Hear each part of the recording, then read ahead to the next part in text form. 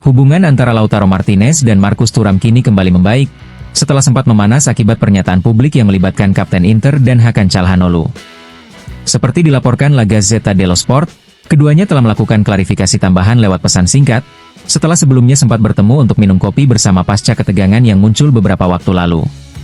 Media Italia itu menekankan bahwa kedinginan di antara keduanya telah berakhir dan bahwa Lautaro serta Thuram kini sepakat dalam satu hal penting. Mereka ingin menang, dan ingin melakukannya bersama Inter. Suasana positif ini juga terlihat dari kembalinya aktivitas di grup chat skuad Nerazzurri, yang menjadi sarana untuk menjaga komunikasi selama liburan musim panas sekaligus meredakan ketegangan. Pertemuan santai di Charlotte sebelum libur resmi menjadi titik balik hubungan keduanya. Saat ini, suasana hati para pemain disebut sudah jauh lebih baik. Kesedihan akibat kegagalan di ajang internasional mulai memudar, dan mereka telah menikmati waktu untuk beristirahat. Selain itu, para pemain juga mulai penasaran dengan persiapan pramusim dan aktivitas klub yang akan segera dimulai. Jika masih ada sisa-sisa ketegangan, maka tidak terlihat. Dan itu sudah merupakan sebuah keberhasilan, tulis La Gazzetta.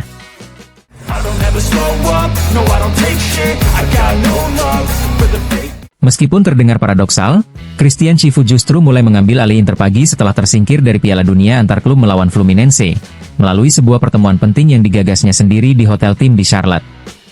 Hal ini diungkapkan oleh La Gazzetta dello Sport, yang menyoroti bagaimana pelatih asal Rumania itu menunjukkan jiwa kepemimpinan di tengah masa-masa sulit. Di saat tim masih diliputi kekecewaan besar akibat hasil buruk dan ketegangan internal yang memuncak, terlihat dari perseteruan terbuka antara Lautaro Martinez dan Hakan Çalhanoğlu di ruang publik serta interaksi dingin di media sosial, Chivu justru tampil menyatukan, bukan memecah. Ia memadukan ketegasan dengan ketenangan, memberikan keyakinan sekaligus menunjukkan arah. Dalam momen sulit itu, Chivu menjelma menjadi sosok pemimpin sejati.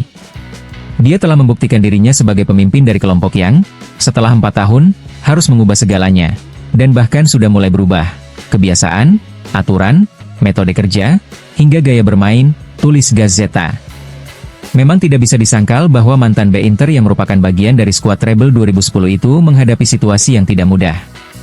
Namun ia menangani tantangan itu dengan kepribadian yang kuat, mungkin mengambil inspirasi dari pelatih-pelatih besar yang pernah membimbingnya, seperti Fabio Capello dan Jose Mourinho.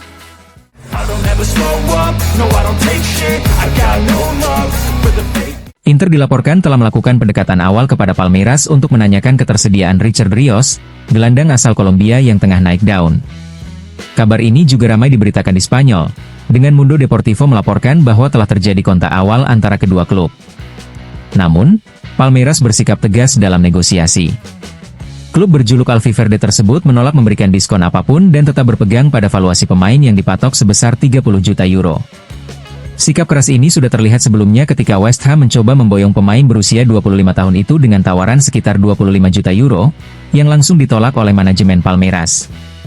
Dengan persaingan yang mulai memanas dan harga yang tidak murah, Inter kini harus mempertimbangkan langkah selanjutnya jika ingin benar-benar mendatangkan Rios sebagai bagian dari proyek baru mereka.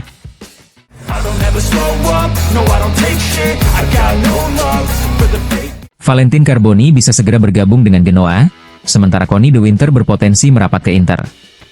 Menurut laporan dari La Gazzetta dello Sport, kedua nama ini berada di pusat negosiasi antara Inter dan Genoa.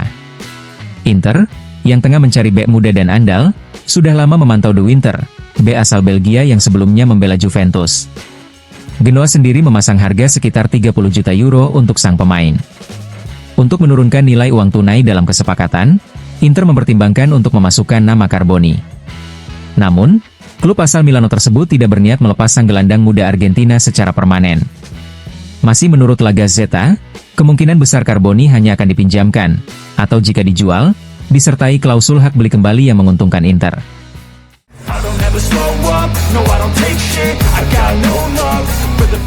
Inter dan Genoa tengah menjajaki kemungkinan pertukaran pemain antara Valentin Carboni dan Conny de Winter, namun fokus klub asal Milano tidak berhenti di situ.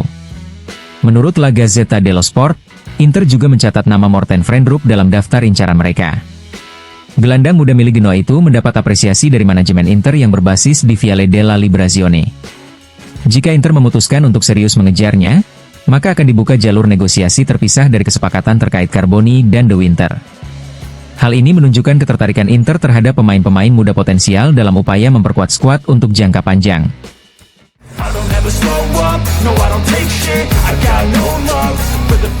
Abdullah Kavukcu, wakil presiden sekaligus penanggung jawab transfer di Galatasaray, baru saja menyelesaikan perjalanan ke Inggris dan Italia untuk menjajaki sejumlah peluang di bursa transfer.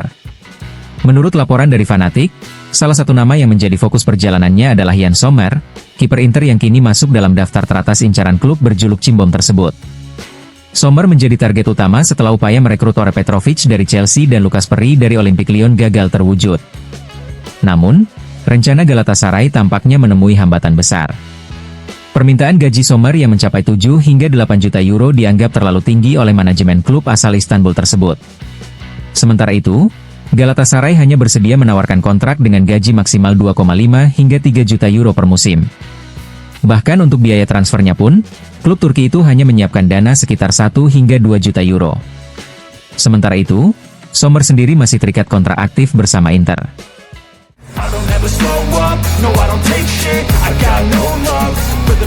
Dalam program Cronache di Spogliatella, jurnalis olahraga ternama Stefano Borghi memberikan pandangannya terkait situasi terkini di lingkungan Inter. Ia mengungkapkan keyakinannya bahwa bayang-bayang kekalahan di final Liga Champions akan tetap membayangi tim, setidaknya di awal musim mendatang. Terkait polemik yang melibatkan Hakan Çalhanoğlu dan media sosial, Borghi menilai klub harus memiliki kendali lebih besar terhadap perilaku pemain di platform digital. Jika saya berperilaku tidak pantas dan diperingatkan oleh perusahaan saya akan menerimanya. Klub juga harus bisa mengontrol itu, tegasnya. Ia juga menyoroti respon Lautaro Martinez, yang dinilai menunjukkan sikap kepemimpinan luar biasa. Meski begitu, Borghi menyebut pernyataan dari presiden klub terdengar agak terburu-buru dan kurang tepat, karena jelas bukan hanya ditujukan kepada Çalhanoğlu. Lebih lanjut, Borghi memuji Lautaro Martinez sebagai figur penting di Inter dan sepak bola Italia secara keseluruhan. Kalau saya menjadi tifosi Inter, saya akan semakin bangga memiliki kapten seperti dia. Lautaro marah karena cara musim lalu berakhir dan sekarang siap kembali bertarung menghadapi semua tantangan. Dia adalah pemain nomor 1 di sepak bola kita, dari segi kualitas, kepemimpinan, dan perkembangan.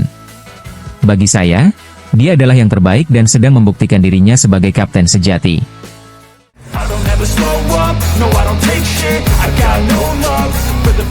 Setelah bertahun-tahun menjadi incaran sejumlah klub besar Eropa, Jonathan David akhirnya menemukan pelabuhan baru usai mengakhiri petualangannya bersama Lille. Penyerang asal Kanada tersebut kini resmi bergabung dengan Juventus.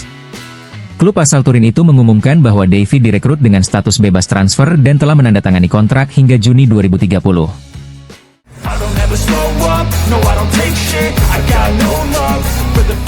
Beberapa tahun lalu, Inter sempat memburu Takehiro Tomiyasu.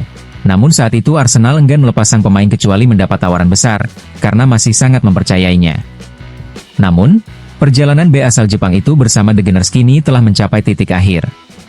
Hari ini, Arsenal secara resmi mengumumkan bahwa mereka telah mencapai kesepakatan untuk mengakhiri kontrak Tomiyasu lebih awal. Pemain yang direkrut dari Bologna pada musim panas 2021 itu total mencatatkan 84 penampilan di semua kompetisi bersama klub asal London tersebut.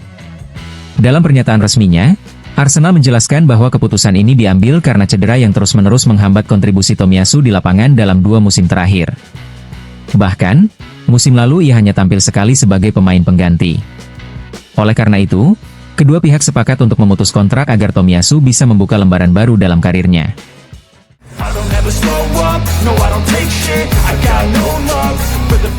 Setelah mendatangkan Odilon Kosono dan Kamaldeen Sulemana, Atalanta meresmikan rekrutan ketiga mereka di bursa transfer musim panas ini dengan menggaet Honest Von Ranwen-Ahanor dari Genoa. Pemain muda berusia 17 tahun itu merupakan bek kidal yang mencuri perhatian musim lalu dengan menjadi pemain pertama kelahiran 2008 yang tampil sebagai starter di Serie A. Transfer ini dilakukan secara permanen, menegaskan komitmen Atalanta dalam membangun masa depan skuad mereka dengan talenta muda potensial.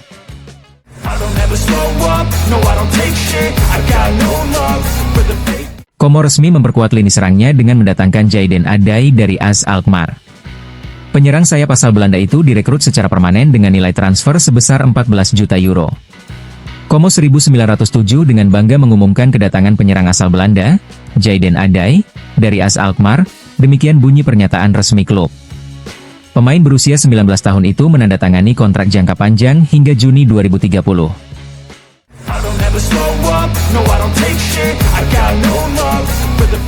Panathinaikos resmi menuntaskan kepemilikan penuh atas Georgios Vagianidis setelah melunasi sisa hak ekonominya yang sebelumnya masih dimiliki oleh Inter.